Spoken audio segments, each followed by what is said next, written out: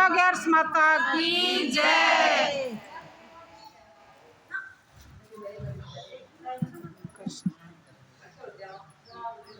बोलो कृष्ण भगवान की जय। धर्मराज युधिष्ठिर बोले कि जनार्दन अब आप कृपा करके आषाढ़ माह के कृष्ण पक्ष एकादशी का नाम तथा महात्म क्या है सो सब वर्णन कीजिए।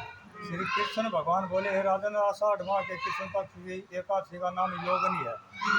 इसके व्रत से समस्त पाप नष्ट हो जाते हैं और इस लोक में भोग तथा परलोक में मुक्ति देने वाली है। हे राज राजेश्वर, यह एकादशी तीनों लोकों में प्रसिद्ध है।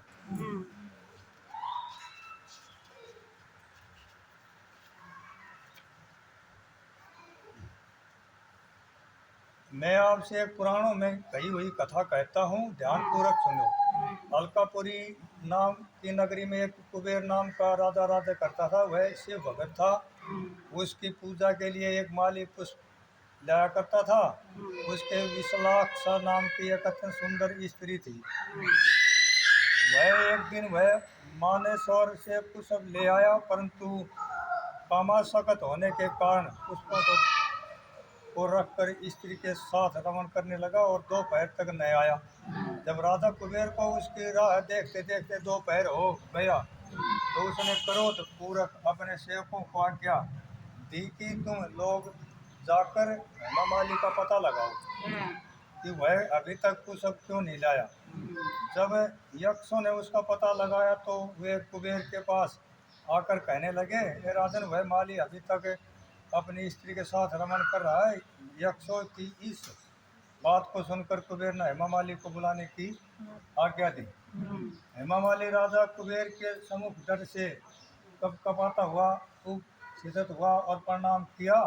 उसको देखकर राजा कुबेर को महान क्रोध आया। उसने कहा कि पापी महानीच कामी, तूने मेरे पूजनीय ईश्वरों के भी ईश्वर शिव जी का भी अनादर किया है। इससे मैं तुम्हें श्राप देता हूँ कि तू स्त्री का वियोग भोगेगा और मृत्यु लोक में जाकर कोढ़ी होगा। कुबेर के श्राप के प्रभाव से वह उसी क्षण स्वर्ग से पृथ्वी पर गिर पड़ा और कोढ़ी हो गया। उसकी स्त्री भी उसी समय अंतर्ध्यान हो गई। मृत्यु लोक में जाकर उसने महान दुख भोगे, परंतु शिव जी की भक्ति के प्रभाव से उसकी बुद्धि मलिन न हुई। वह हिमालय पर्वत की ओर चल दिया। वहां पर चलते चलते मार्कंडेय ऋषि के आश्रम में पहुंचा। वह ऋषि अत्यंत वर्ध तथा तपशाली था। उनको देखकर वह हेमा मालिनी वहां गया और उनको प्रणाम करके उनके चरणों में गिर पड़ा। बोल तो घनी जो करे सुनना भी। इसको देखकर मार्कंडेय ऋषि बोले कि तूने कौन से कर्म किए हैं जिससे तू कोढ़ी हुआ और महान दुख भोग रहा है। इस पर हेमा मालिनी बोला, हे मुनि, मैं यक्ष दान कुबेर का सेवक हूँ। मैं राजा की पूजा के लिए नित्य करती पुष्प लाया करता था।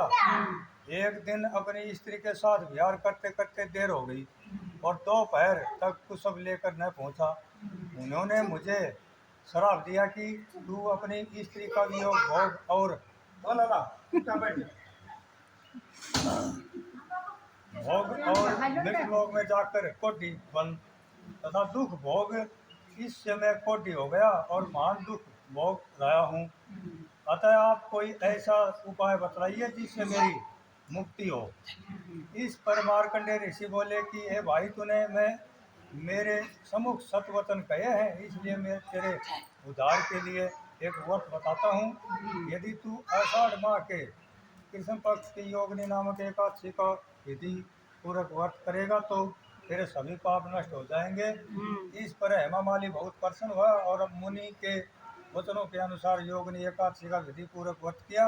इसके प्रभाव से वह फिर अपने पुराने रूप में आ गया और अपनी स्त्री के साथ विहार करने लगा।